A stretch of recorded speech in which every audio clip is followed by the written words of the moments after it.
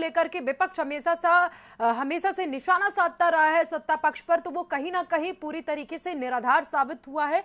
और ballot paper से ये चुनाव कराया गया, बैलेट पेपर से चुनाव होने के बाद भी बीजेपी ने क्लीन स्वीप किया है। एक तरीके से देखा जाए तो सिर्फ जिस तरीके से बीजेपी की टैगलाइन है सबका साथ सबका विकास, तो उसी को जनता ने चुना है। तो जिस तरीके से ये बड़ी जीत बीजेपी की देखने को मिली है, तो कहीं ना कहीं ये कहा जा रहा है कि चुनाव चाहे जैसा ही हो, बीजेपी पहले से तैयार होती है कि आप मैदान में आइए, हम लड़ने के लिए तैयार हैं। तो ठीक उसी तरीके से गोवा का जिला पंचायत चुनाव भी देखने को मिला। विपक्ष भी तैयारी करके बैठा हुआ था कि चुनाव कैसे लड़ना है, तो बीजेपी उससे दोगुनी तैयारी के साथ चुनावी मैदान में थी। और उसी का परिणाम है कि अब बीजेपी को बड़ी जीत मिली है, बड़ी बढ़त के साथ ये जीत हासिल हुई है बीजेपी को। तो देखिए जिस तरीके से नॉर्थ में बीजेपी धारदार जीत के साथ आगे बढ़ी है, 28 सीटों पर बीजेपी काबिज दिखी है। कांग्रेस भी माफ कीजिएगा 29 सीटें हो चुकी हैं बीजेपी के खाते में, और कांग्रेस भी पिछली बार के मुकाबले इस बार थोड़ी अच्छी पोजीशन में दिख रही है। लेकिन जिस तरीके से कहा जा रहा था कि आरजेपी दोनों पार्टियों की वोट काट सकती है, आरजेपी में उतना असर नहीं देखने को मिला। और कहीं ना कहीं गोवा फॉरवर्ड का भी हाल कुछ उसी तरीके से देखने को मिल रहा है। तो जश्न की तस्वीरें आप तस्वीरों में देख पा रहे होंगे कि किस तरीके से लोग जीत के बाद जश्न मना रहे हैं, और ये तस्वीरें बहुत कुछ बयां कर रही हैं क्योंकि आज विकास की जीत हुई है। और जिस तरीके से बीजेपी की तरफ से कहा जाता है कि सबका साथ सबका विकास, तो ठीक उसी तरीके से आज जनता ने दिखा दिया है कि बीजेपी की टैगलाइन एकदम सटीक है, और इसी वजह से बीजेपी को हर चुनाव में जीत मिलती है। अगर देखा जाए तो ये चुनाव जो था 2027 के लिए सेमीफाइनल भी माना जा रहा था, और बीजेपी ने 2027 के सेमीफाइनल में भी क्लीन स्वीप किया है। इस चुनाव में अधिकतर जो चेहरे थे वो नए थे, फिर भी बीजेपी को जीत मिली है क्योंकि जनता का बीजेपी पर भरोसा है, और उसी भरोसे के सहारे बीजेपी ने 29 सीटें जीत ली है। एक तरफ अगर देखा जाए तो आम आदमी पार्टी की तरफ से दम भरा जा रहा था कि पंचायत चुनाव में उनको अच्छी खासी सीटें हाथ लगने वाली है, लेकिन जो आंकड़ा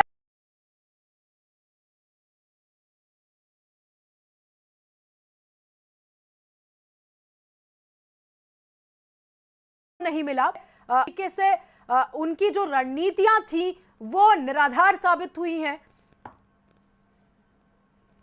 तो बीजेपी जानती है कि जनता के बीच हम जा करके काम करेंगे, जनता के साथ बातचीत करेंगे, जनता के साथ हम चलेंगे, तो जाहिर सी बात है चाहे विधानसभा का चुनाव हो या फिर लोकसभा का चुनाव हो या फिर क्यों ना जिला पंचायत चुनाव हो, वहां पर परिणाम जो है बीजेपी के ही पाले में आने वाला है। तो इसी वजह से जो ये 29 सीटें बीजेपी के खाते में आई है, सिर्फ और सिर्फ विकास और साथ की वजह से ही आई है।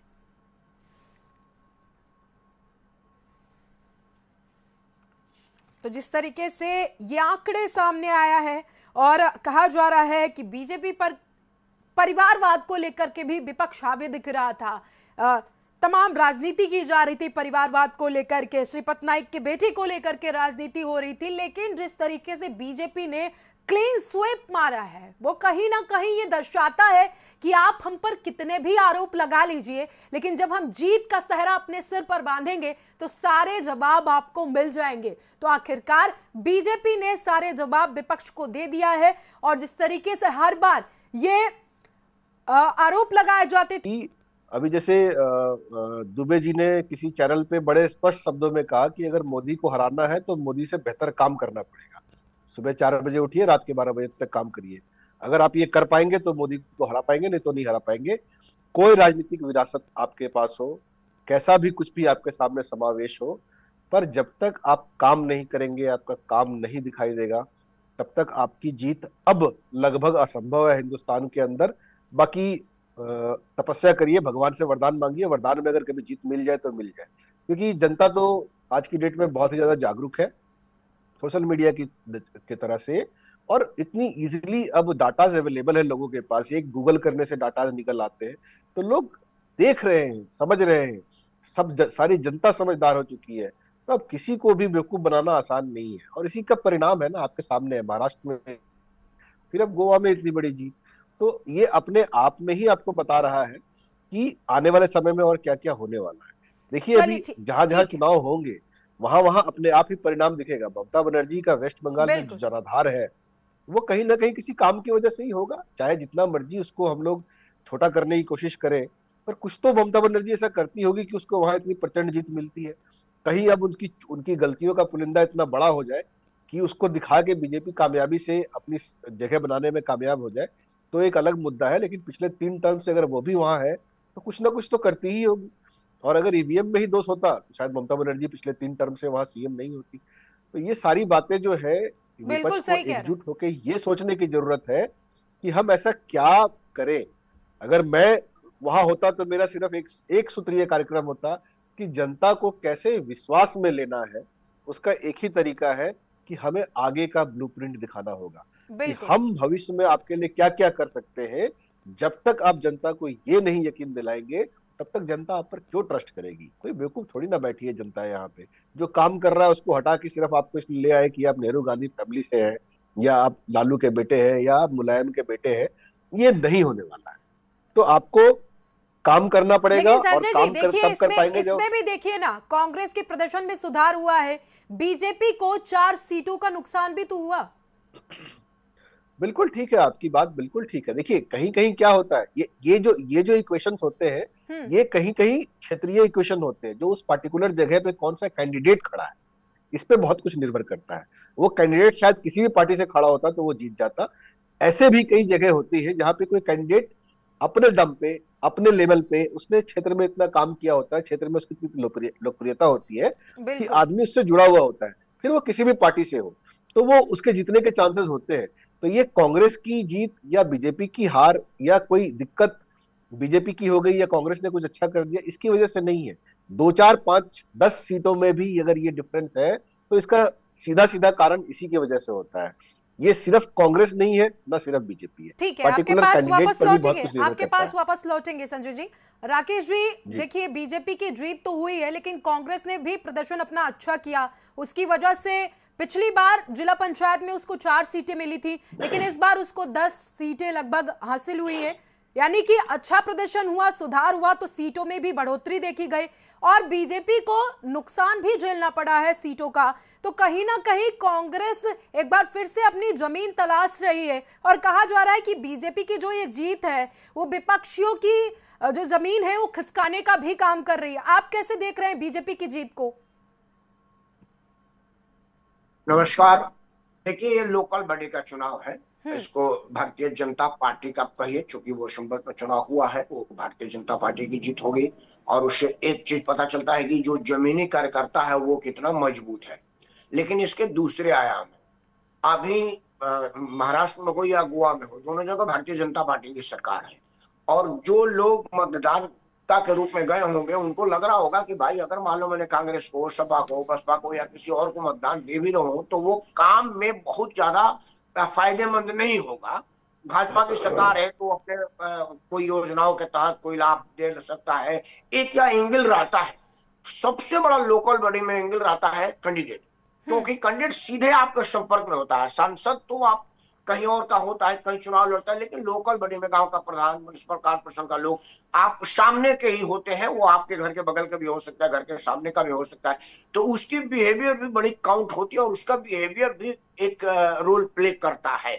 वो अलग बात है कि वो भाजपा के बैनर पर है कि कांग्रेस के बैनर पर है, ये कोई बहुत महत्वपूर्ण नहीं होता है। लेकिन या मोराल बूस्ट के लिए भारतीय जनता पार्टी को फायदेमंद पहुंचाएगा कि भाई चलिए हमारे जमीनी कार्यकर्ता जो है वो जमीन पर काम कर रहे हैं, तभी यह परिणाम आया हुआ है।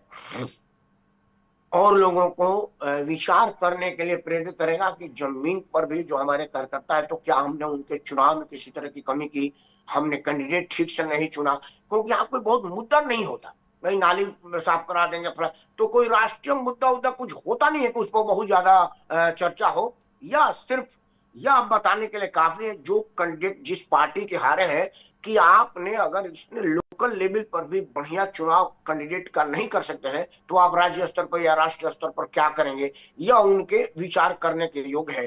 भारतीय जनता पार्टी के जो 4 कैंडिडेट हारे हैं, उन पर भी उनको मंथन करना पड़ेगा कि कहाँ गलती हो गई। क्योंकि देखिए, मैं अगर किसी पार्टी का अध्यक्ष होगा तो मैं चाहूंगा कि अगर 500 सीट पर चुनाव हो तो 500 में जीतूं।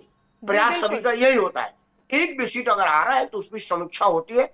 और भाजपा 365 दिन राजनीति करने वाली पार्टी है, 24 घंटा राजनीति करने वाली पार्टी है। वो जीतने वाले पर कम, हारने वालों को जरा मंथन करेगी कि ऐसा क्या राकेश जी, हुआ। आपको माफी के साथ रोकना चाहेंगे, इसी बीच एक बड़ी खबर सामने आई। इस वक्त अहम जानकारी आपके टीवी स्क्रीन पर। गोवा जिला पंचायत चुनाव से जुड़ी एक बड़ी जानकारी है। पेन्हा देव फ्रांका में बीजेपी ने परचम लहराया है। ये बड़ी जीत है बीजेपी की। बीजेपी के संदीप की बड़ी जीत हुई है। बीजेपी का खाते में 7,511 वोट बताए जा रहे हैं। कांग्रेस, आरजेपी और आप पीछे छूटते नजर आ रहे हैं। तो कुल मिलाकर 4,739 वोटों के भारी अंतर से बीजेपी को जीत मिली है।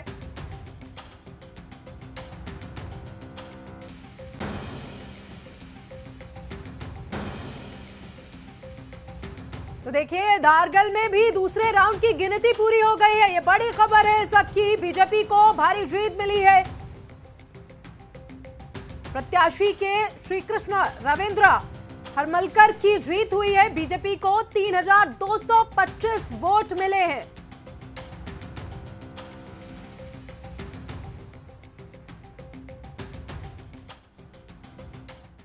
तो चलिए, जीत के बाद बीजेपी प्रत्याशी ने क्या कुछ कहा, सुनिए।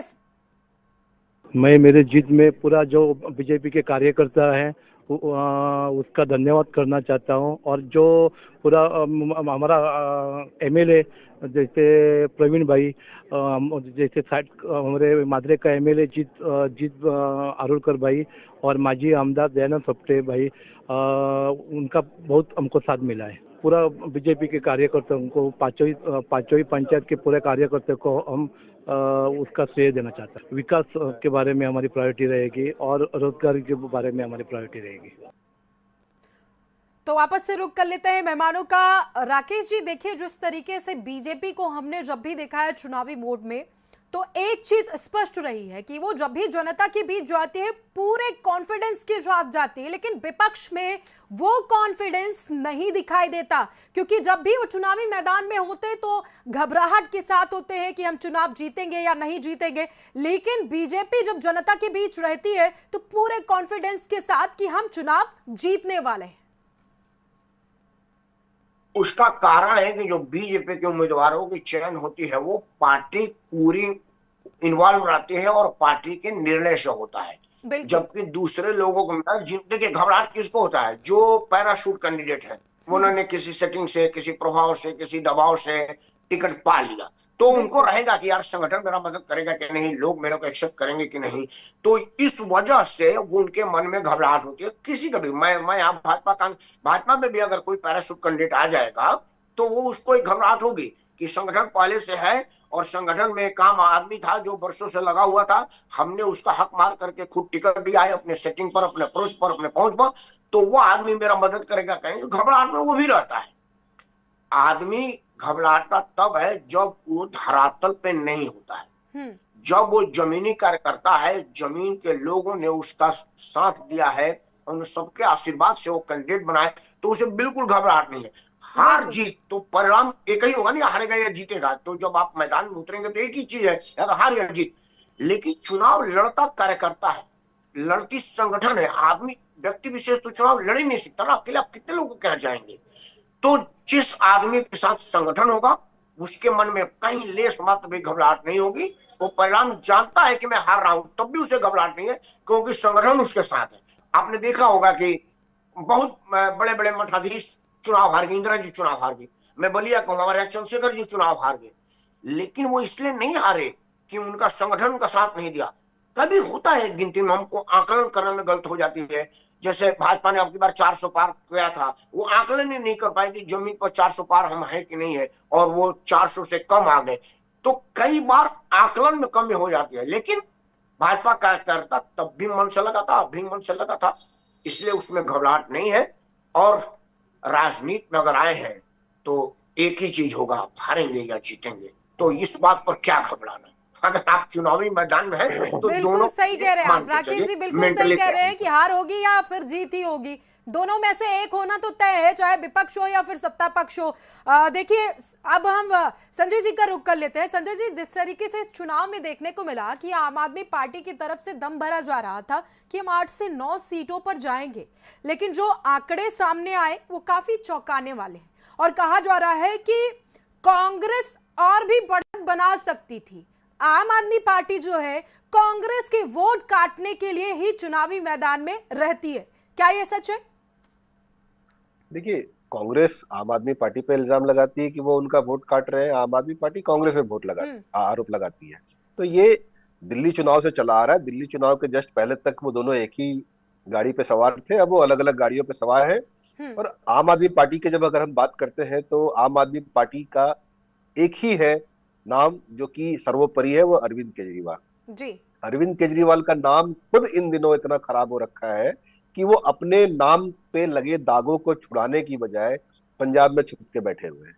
ना वो कभी सामने आते हैं खुल के, ना वो अपने ऊपर लगे इल्जामों की सफाई देने में कहीं घुस रहे हैं, ना चुनाव प्रचार में खुद बहुत सक्रिय रूप से भाग ले रहे हैं। गोवा में तो आए थे सर, रैली गोवा में तो आए थे वो जिला पंचायत चुनाव के लिए, वो यहाँ पर रणनीतियों पर चर्चा के लिए आए थे जी। बिल्कुल बिल्कुल वही मैं कह रहा हूँ कि वो जो खुल के आना होता है ना, कि जो हर जगह दिख रहे हो, उनका दम खम जो दिल्ली के 2 चुनाव में पहले जैसे दिखता था, पंजाब के चुनाव में जैसे दिखा था, वो अब कहीं नहीं दिखता है।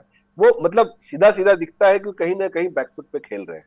अभी आने वाले चुनाव जब पंजाब में होंगे तो वहां भी उनकी हालत खराब होने वाली है। उनके नाम पे बट्टा वहां भी लगा हुआ है, बहुत अच्छी स्थिति वहां भी उनकी नहीं है। तो आम आदमी पार्टी अब के पास अब बस एक ही काम रह गया है कि वो कांग्रेस को बदनाम करे और कांग्रेस आम आदमी पार्टी को बदनाम करे। जहां जहां इनकी आपस में साठगांठ है वहां ये यही करने वाले हैं। आम आदमी पार्टी का और क्या वजूद है, कितने लाइन ऑफ नेता है उसके पास नीचे जो कि उनको लोकल लेवल पे सपोर्ट करते हैं, उनके संगठन में कौन वो लोग हैं काबिल लोग जो इसके लिए काम कर रहे हैं। जो भी बैठे हैं वो सब अपना अपना कुर्सी बचाने में लगे हुए हैं। एक आदमी का जिक्र मैं करना चाहूंगा जो पूरे संसद सत्र में सबसे अच्छी तरीके से निकला, वो अनफॉर्चुनेटली अभी भी आम आदमी पार्टी में, वो है राघव चड्ढा। उन्होंने पूरे संसद सत्र में एक लौता सांसद था जिसने जनता के मुद्दों की बात करी है, कोई बकवास नहीं करी, सिर्फ और सिर्फ मुद्दों पे बात करी, अपनी बात कही और चले गए। वो आदमी अब मुझे ऐसा लगने लगा है कि शायद आम आदमी पार्टी में एक लौता आदमी है जो कि अब गलत पार्टी में बैठा हुआ है। उसको अभी बहुत तरीके से अगर इस्तेमाल करने का मौका मिले तो ही इज जो अभी जो उनका दिख रहा है रूप, आगे क्या होगा मुझे नहीं पता, किसके अंदर क्या छुपा है नहीं पता, पर फिलहाल जो दिख रहा है वो एक ढंग का काम, उससे ही अगर अपोजिशन सीख ले कि हमारा को करना क्या चाहिए दरअसल संसद में, तो बहुत फर्क पड़ जाएगा। हो क्या रहा है संसद में या अपोजिशन कर क्या रही है। अपोजिशन सिर्फ गवर्नमेंट के हर काम को XYZ, आप छोटा काम लीजिए या बड़ा काम लीजिए, हर काम को सिरे से सिर्फ नकारना है, उसमें बुराइयां ढूंढनी है। ये अपोजिशन का काम नहीं है। अपोजिशन का काम है गवर्नमेंट कहे कि मैं ये कर रहा हूँ, ठीक है जी आप ये कर रहे हैं, लेट से आपने मनरेगा को जी राम जी कर दिया, तो इसमें ये ऐड कर दीजिए आप जरा, अच्छा रहेगा, बहुत अच्छा लगता। पर मुद्दा क्या बना, अरे आपने गांधी जी का नाम हटा के राम जी का नाम लगा दिया, बहुत गलत काम हो गया, आप गांधी जी से नफरत करते हैं। अरे उस परियोजना में क्या कमियां है उसके बारे में बात करो ना साहब, नाम इंपॉर्टेंट थोड़ी है। पर क्या कर रहा है विपक्ष, आज भी हर जगह कांग्रेस धरना प्रदर्शन कर रही है जिला स्तर पे। आप एक चीज ध्यान दीजिए, इसमें आपको देखने को मिला होगा कि विपक्ष ये भी कह रहा था कि अगर आप 125 दिन का रोजगार दे रहे हैं तो आपका रोड मैप कहाँ है। इस तरीके के तमाम सवाल संसद में देखने को मिले। विपक्ष ये भी दावा कर रहा है कि जब आप 100 दिन के रोजगार में 50 से 75 दिन का ही रोजगार दे पा रहे हैं तो आप 125 दिन में कितने दिन का रोजगार दे पाएंगे। ये भी तो उनका सवाल था, ये भी संसद में सवाल बिल्कुल ठीक है। लेकिन क्या अब मुझे बताइए कि क्या इस सवाल को लेके कहीं धरना प्रदर्शन हो रहा है, या धरना प्रदर्शन इस बात के लिए हो रहा है कि महात्मा गांधी का नाम क्यों हटाया गया। आज भी जिला स्तर पे धरना प्रदर्शन हो रहे हैं, जहाँ 20-25 लोग बैठ के झंडा लेके बैठे हैं, कुछ मीडिया को बुला के फोटो खिंचवा के डला देते हैं। हेडलाइन यही होता है कि महात्मा गांधी के नाम के साथ नाथूराम गोडसे के लोगों ने खिलवाड़ किया, ये नाथूराम गोडसे के लोग हैं, इनको महात्मा गांधी पसंद नहीं है। वो कहाँ इस टॉपिक को उठा रहे हैं कि भाई इसमें ये सुधार क्यों नहीं हुआ। यही नाम कमी चाहे है XYZ कुछ भी हो, यही पर इस परियोजना की खासियत यही क्या है? कमी है विपक्ष के अंदर, यही कमी है कि जो असल मुद्दे होते हैं वो उन पर बात ही नहीं करना चाहते हैं। और इसी वजह से ये जो आंकड़े आप देखते हैं ना चुनाव में, वो ऐसे ही नहीं आते हैं, कहीं ना कहीं कोई कमी तो वो रखते हैं जिसकी वजह से ये आंकड़े आते हैं। आप देखिए ना, और भी कई सारी चीजें हैं ना। अब अपोजिशन का काम होता है हर परियोजना में अपनी सलाह देना, हर परियोजना में अगर कुछ गवर्नमेंट से कमी रह गई है तो अपनी राय देना। पर आप क्या कर रहे हैं? SIR गलत है, वोट चोरी हो रहा है, आपके अपने घटक दल के लोग भी आपसे पीछा छुड़ा रहे हैं कि अरे यार ये आदमी तो कुछ भी बोल रहा है, इसके साथ रहेंगे तो आप भी मरेंगे। आपके सामने एग्जाम्पल है। हम इस पॉइंट पर आने वाले थे, वोट चोरी वाले पॉइंट पर आने वाले थे, और ये सवाल मेरा राकेश जी से होता कि पूरे बिहार चुनाव में हमने देखा कि वोट चोरी का मुद्दा चरम पर था, और यहाँ गोवा के पंचायत चुनाव में भी वोट चोरी का जो मुद्दा था वो चरम पर था, लेकिन दोनों ही जगहों पर कहीं पर इसका असर नहीं देखने को मिला। राकेश जी देखिए, वोट चोरी एक ऐसा मामला है जो बिल्कुल सीधा इंडिविजुअल का मामला है। जैसे मान लिए मैं मतदाता हूं और मेरे पास एक ही मुद्दा आया, वोट चोर, और मेरी वोट है, मतलब मेरे पर आपका मुद्दा नॉन वैलिड हो गया। तो कोई भी राजनीतिक दल, कोई भी आदमी एक चीज का दुकान में लेकर के सामान बैठेगा बीड़ी का, और कोई बीड़ी पीने वाला नहीं होगा तो उसका तो बिजनेस बैठ जाएगा। बिल्कुल। तो कांग्रेस को यह सोचना पड़ेगा कि बिहार में मुंह की खाए, क्योंकि बिहार में उन्होंने कोई और बिहार का योजना नहीं उठाया। इसलिए लालू परिवार वोट चोर के साथ नहीं था, मतलब वो वोट चोरी वाला मुद्दे को नहीं था, वो और पलायन अपना जो उनका मुद्दा था वो लेके आए थे। परिणाम क्या हुआ वो अलग बात है, लेकिन तेजस्वी मुद्दा लाया था वोट चोरी के अलावा। गोवा में भी अगर मैं वोटर हूं और कहा कि आपकी वोट चोरी हुई और मेरा वोट है तो नॉट वैलिड हो गया। तो यही राहुल गांधी को सोचना पड़ेगा कि आप बाजार में जा रहे हैं तो 5-10 चीज अपने थैली में रखा करें। हो सकता है कोई बीड़ी पीने वाला, कोई सिगरेट पीने वाला, कोई पान खाने वाला। देखिए ना, अब बीजेपी दिखा सकती है कि देखिए हमने बैलेट पेपर पे चुनाव लड़ा है। जो आप आरोप लगा रहे थे कि ईवीएम से हम वोट चोरी कर रहे हैं, गोवा में जाइए आप देखिए, हमने यहाँ पर पंचायत चुनाव लड़ा और बैलेट पेपर पर लड़ा है, तब भी हमारी जीत हुई है। तो क्या हमने अब यहाँ भी वोट चोरी कर ली? देखिए, वो वहां कह रहे हैं कि सरकार ने जबरदस्ती चुनाव जितवा दिया। देखिए, जनता ये मान लीजिए, सबसे पहली बार ईवीएम हैक वाला मामला आया 14 में नहीं आया। 14 में कांग्रेस की सरकार थी, मनमोहन सिंह जी प्रधानमंत्री थे, मोदी की एब्सोल्यूट जीत हुई। उसको नहीं कह सकते थे क्योंकि भाई आप ही की सरकार थी, तो चुनाव आयोग आप ही के जिम्मे था। फिर जब 14 के बाद दूसरी वाली 19 वाली चुनाव आई और जब उससे भी ज्यादा प्रचुर मात्रा में मोदी को वोट मिला, तो क्या कहेंगे? ईवीएम हैक हो गया है। क्योंकि आप यह तो नहीं कह सकते कि मेरी राजनीति हैक हो गई है, मेरा बुद्धि हैक हो गया है, मेरे को राजनीति करने का तरीका ही हैक हो गया है, वो तो आप कहेंगे नहीं, तो आप लेंगे। लेकिन अब देखिए, कुछ चुनाव सब ईवीएम वाला मामला खत्म हो गया, अब ये वोट चोरी वाले 2 चुनाव तक चलेगा।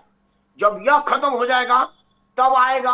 अभी बता देता हूं कि नहीं, चोरी नहीं, वो तो मशीन में पहले भाजपा का वोट डाल दिया जाता है, यहाँ तो सिर्फ बटन दबता है, बटन असल में दबता नहीं है। राकेश जी आ चुका है बिहार में, बिहार में ऑलरेडी है। राकेश जी 27 में भी चुनाव है, गोवा में भी है, यूपी में भी है। और देखिएगा, अगर गोवा में जीत होती है तब भी ईवीएम पर ही ठीकरा फोड़ा जाएगा, और अगर यूपी में जीत होती है बीजेपी की तब भी ईवीएम पर ही ठीकरा फोड़ा जाएगा। आपने तो देखा ये विपक्ष क्या चाहता है। आप बिहार में जाएंगे तो आरजेडी के कार्यकर्ता ये कह रहे हैं कि ईवीएम में 25,000 बीजेपी के वोट पहले से डले हुए थे, जो 25,000 वोट प्लस सरप्लस पहले ही है। ये आ चुका है, ये आएगा नहीं, ये आ चुका है। देखिए, यही तो मैं कह रहा हूं कि अपोजिशन अपने हार की समीक्षा करने की बजाय अपने ऊपर इल्जाम लेने की बजाय क्या कहेंगे संजय जी? किसी और पे ठीकरा यहाँ तो बैलेट पेपर से हुआ है चुनाव ना, यहाँ पर क्या बहाना बनाएंगे? यहाँ पे बहाना बनाएंगे ना कि दोनों जगह उनकी एग्जिस्टिंग गवर्नमेंट है, डीएम तो उन्हीं का है, उसने करा दिया। देखिए, इल्जाम अभी कांग्रेस क्या कर रही है, अभी कांग्रेस को इलेक्शन नहीं जीतना है, अभी कांग्रेस को राहुल गांधी को अपना सिरमौर बनाए रखना है। उसका एजेंडा ये है कि राहुल गांधी की सत्ता नहीं हिलनी चाहिए, राहुल गांधी के हाथ से कांग्रेस नहीं जाना चाहिए। भले इलेक्शन हारे हैं, उससे कोई फर्क नहीं पड़ता। तो राहुल गांधी पे कैसे इल्जाम ना आए हार का, इसके लिए रास्ते तलाशे जाते हैं, इसके लिए बहाने तलाशे जाते हैं। कोई इस बात को कांग्रेस में जो प्रवक्ता आते हैं कांग्रेस के, उनसे आप ये कहलवा दीजिए कि भाई साहब आपकी कहीं गलती है, आपकी कहीं कमी है, वो मान ले तो मुझे आप बता वो दीजिए। गलती वो मानेंगे सीधा ही नहीं सीधा ना, उनका बस, वो अपनी गलती नहीं बिल्कुल मान सकते। नहीं मानेंगे गलती तो गलती सुधारेंगे नहीं, गलती सुधारेंगे नहीं तो ऐसे ही धरे रहेंगे। जब तक अपनी गलती मानेंगे नहीं, अपनी गलतियों पे काम नहीं करेंगे, तब तक ऐसे ही अपोजिशन में बैठे रहेंगे, और कुछ नहीं होना है। संजय जी देखिए, हर बार हम देखते हैं जिला पंचायत का चुनाव होता है, उतना इसको सीरियस लेकर के बीजेपी चुनाव नहीं लड़ती है, जिला पंचायत का जो चुनाव होता है। लेकिन इस बार गोवा में देखने को मिला कि जिला पंचायत का जो चुनाव था वो काफी सीरियस मोड में लड़ा गया, और कहा जा रहा है वजह थी 2027 का विधानसभा चुनाव, क्योंकि गोवा में इससे पहले अब कोई चुनाव नहीं होना है। तो जनता को भांपना था बीजेपी को कि वो कितनी मजबूत स्थिति में है, ताकि आगे की जो तैयारी है वो कर सके। जो 11 महीने का वक्त बीजेपी को मिल रहा है उसमें वो अपनी मुकम्मल तैयारी कर सके। देखिए, मैं इस बात से इत्तेफाक नहीं रखता कि बीजेपी चुनाव को सीरियसली लेती। इस देश में एक लौती पार्टी ऐसी है जो हर चुनाव को बहुत सीरियसली लेती है और हर चुनाव में अपना 100% लगाती है।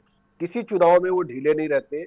अभी बीजेपी इतना बड़ा संगठन है, विश्व की सबसे बड़ी पार्टी है, इतने लोग जुड़े हुए हैं, जिला स्तर पे, पंचायत स्तर पे, हर स्तर पे इतने कार्यकर्ता, इतने पोस्ट, मतलब अनबिलीवेबल। कांग्रेस के टाइम पे जिला अध्यक्ष होता था, 5-6 पोस्ट होते थे, दैट्स इट। ये हो गया पार्टी का स्ट्रक्चर। आज की डेट में अब बीजेपी में जिला स्तर में कम से कम 20 पोस्ट है। अल्पसंख्यक अध्यक्ष तो जिला अध्यक्ष तो होता ही है, महामंत्री, मंत्री, मतलब मैं तो याद भी नहीं सकता कि इतने सारे पोस्ट क्रिएट किए गए।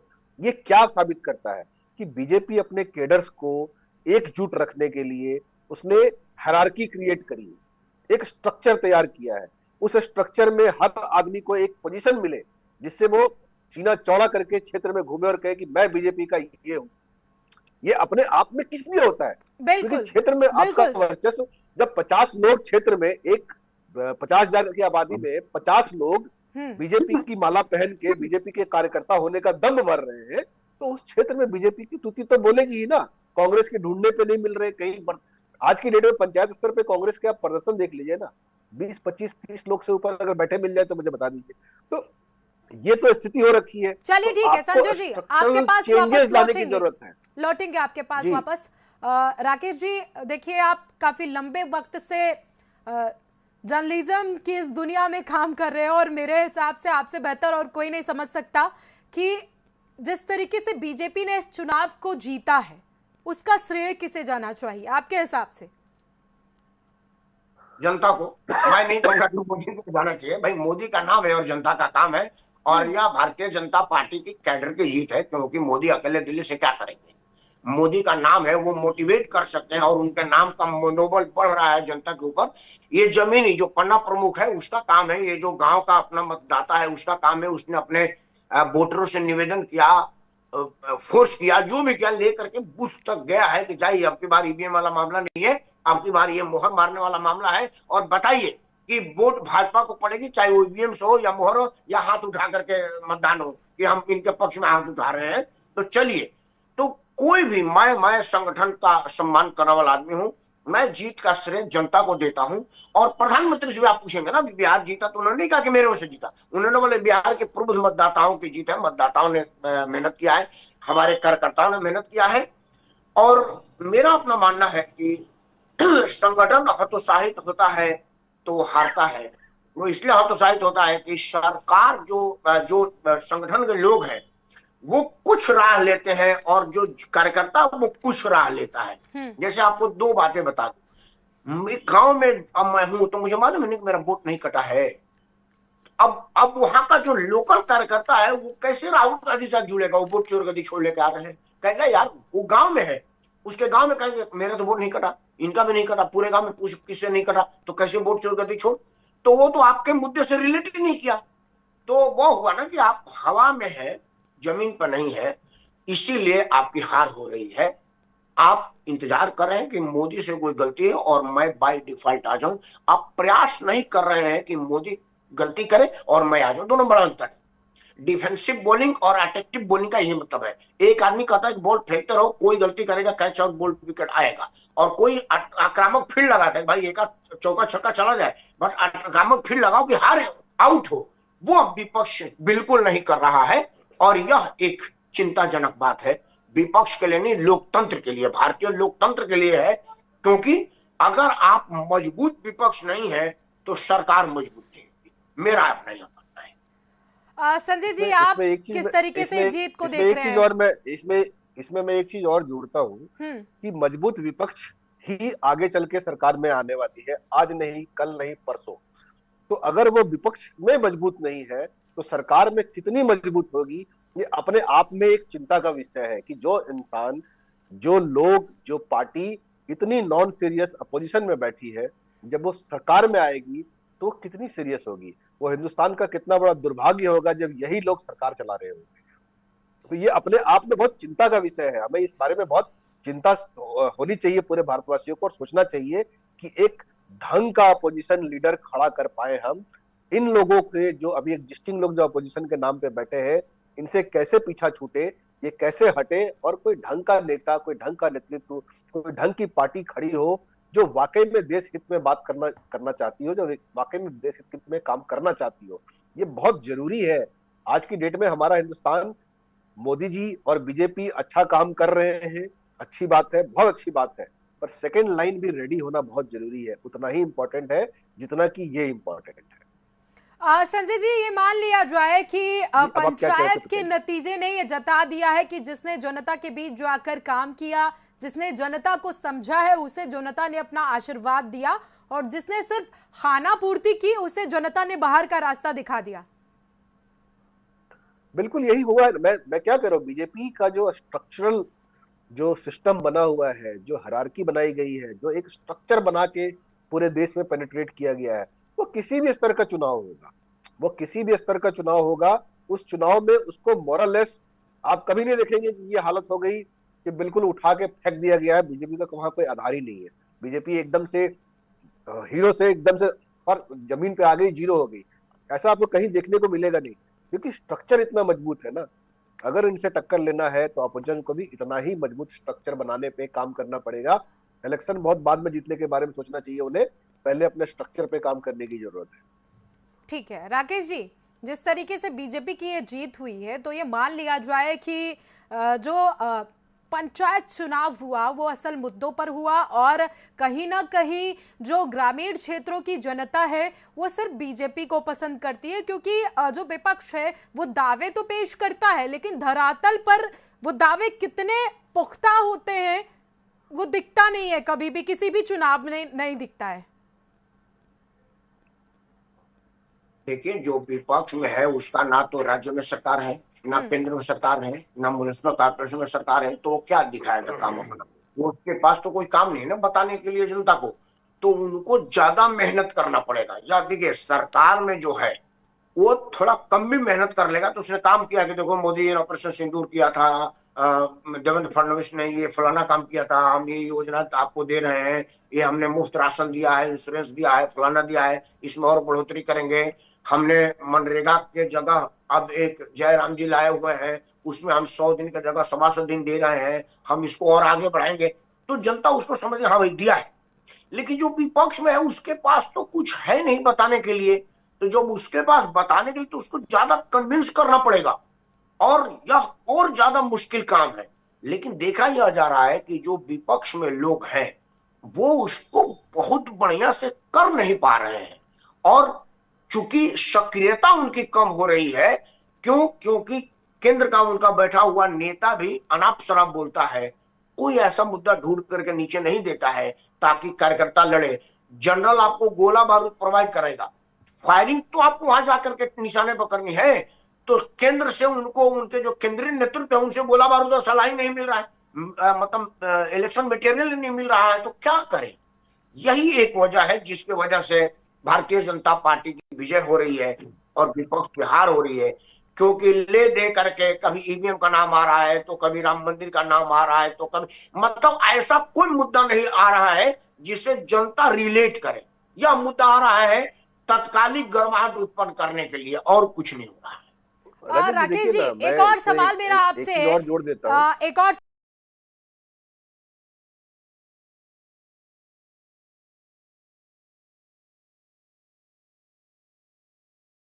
आपको शोध करना पड़ेगा, रिसर्च करना पड़ेगा कि जनता कौन से मुद्दे के साथ जाती है। आपको उदाहरण लेना पड़ेगा कि राहुल गांधी के पिता राजीव गांधी 415 सीट जीत के आए थे, उतनी भारतीय जनता पार्टी लड़ती भी नहीं है, लेकिन वो एक मुद्दा उठा बोफोर्स का, सरकार चली गई उनकी।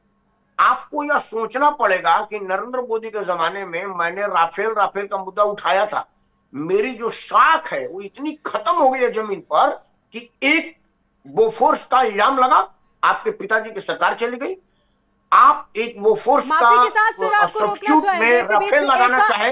अहम जानकारी सामने आ रही है, एक अहम प्रतिक्रिया सामने आ रही है, सुनिए।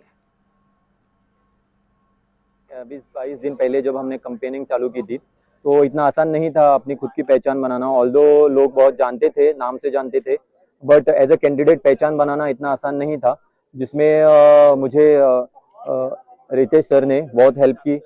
रितेश सर का डोर टू डोर कैंपेन जो चला, वो उनका जो स्वर्गीय श्री रवि नायक सर का जो नेम एंड फेम था, वो रितेश सर के मुझे प्रेजेंस में मिला और लोगों से बहुत सारी जो रिस्पांस है वो बहुत पॉजिटिव मिले, बिकॉज स्वर्गीय रवि सर के सन होने के नाते में इनको जो रिस्पांस मिलना था वो बहुत अच्छा रहा। मैं उनको बहुत ज़्यादा श्रेय देना चाहूँगा, क्योंकि हमारे जो अनआइडेंटिफाइड सेगमेंट थे वहाँ पे उन्होंने बहुत अच्छे से काम किया।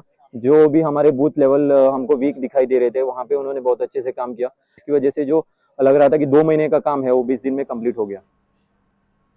तो आखिर में बस यही कहना चाहेंगे कि जनता ने सिर्फ काम को पसंद किया है, विकास के साथ जनता खड़ी नजर आई है, ना तो उसने धर्म देखा है, ना ही चेहरा देखा है और ना ही किसी पर्टिकुलर पार्टी को चुना है। एक तरीके से अगर कहा जाए तो जनता जो है वो विकास के साथ नजर आई है। आप दोनों का बहुत शुक्रिया चर्चा में जुड़ने के लिए। तो जिस तरीके से देखा गया कि गोवा जिला पंचायत चुनाव में नतीजे चौंकाने वाले रहे, जिस तरीके से विपक्ष दम भर रहा था कि पंचायत चुनाव में विपक्ष की बड़ी जीत होगी, वो सब कुछ फीकी पड़ चुकी है, क्योंकि बीजेपी एक बार फिर से जीत चुकी है। तो इसी के साथ इस बुलेटिन में, इस डिबेट में इतना ही।